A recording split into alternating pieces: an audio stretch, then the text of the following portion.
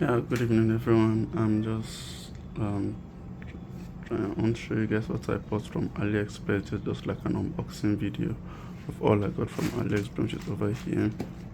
This is like ever since I got my new gaming system. I got the game system at a deal price. That's with one or two faults or the rest. I got mine with a bad speaker and a bad battery, but I was able to get a brand new speaker and a brand new battery from AliExpress, which I've already installed over here. So back to the unboxing to show you guys what I've got on my gaming system. First thing I got was this is a USB to USB-C adapter. That's a regular USB-A to USB-C adapter.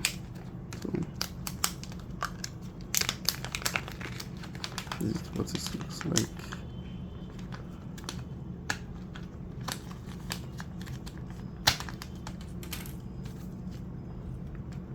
A USB-A to USB-C adapter. Because of my system comes with 3 USB ports, 1, 2, 3. That's USB 3.0 Gen 1. Or I can say USB 3.1 Gen 2, which is 5 gigs per second. I won't actually say 5 gigs, let me just say around 1.5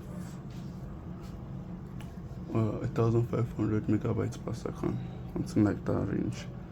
So because mine does actually have a USB-C port, I was able to get this. I found out that the other models of my laptop, that's the exact model of my laptop, have USB-C ports, which they only do transfer, they don't do display ports.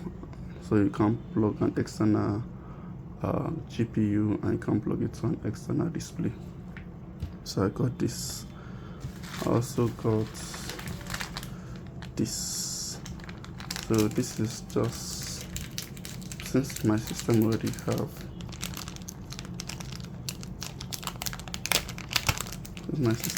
have three USB-C ports already, I feel like there will be sometimes where I need to plug in more stuff, so I was able to get something like this with a USB-A to additional 4 USB ports. That's 1, 2, 3 and 1.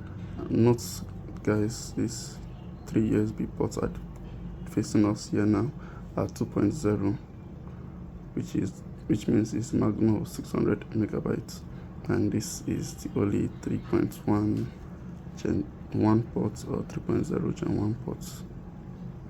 So giving me a total of, I said I have 3 already, right? So I can say sacrificing 1, which will give me 1, 2, 3, 4, 5, 6 USB ports. Then again, I was able to get this is a hard drive enclosure. It's a hard drive case. This is mostly good for if you have, for example, something like this, which is good for storing media, music, videos and other large files. You can get this for cheap. It's actually cheaper than an SSD. You can get at least in Nigeria here 20,000 to be able to get maybe 20 to 25,000. You'll be able to get 1 terabyte HDD. So this is what the enclosure, you just slide it down and sliding the HDD inside. We'll do this in another video.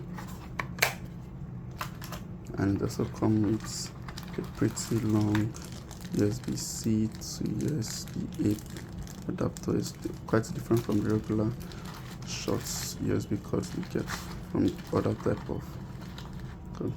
And then did I say again that is a Type-C port, so it's actually faster than the regular USB. The USB ports that have those 2 notches. Then I got this. This is for my system. My system came with an SSD, which is 512, and regularly we know a M.2 SSD can suffer from wear and tear from like heat and frequently moving files in and out of the SSD. So that I know I can't stop, but to be able to like reduce the wear of the system, I was able to get this. This is a heatsink with thermal pad, and it comes with a screwdriver and a prying plastic and both. So I'll be able to apply that so that heat won't be a major factor affecting my SSD, then to be able to live longer than what it's actually standing for now. And then lastly is this is M.2 to USB, M.2 enclosure. That's for an SSD, because I'm not actually making use of the regular M.2 2.5 inch 2.5 inch SSD. I'm using the M.2, which is the connector. This is what I mean by M.2, this kind of connector. The whole M.2 is this kind of SSD. This kind of SSD referred to as M.2. M.2 actually means the connector. So the other kind of M.2 connectors can be your Wi-Fi cable, can be another storage, can be maybe capture card, something like that.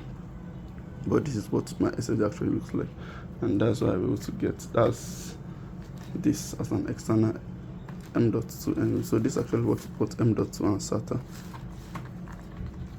So I'll show you what it actually looks like inside. It's quite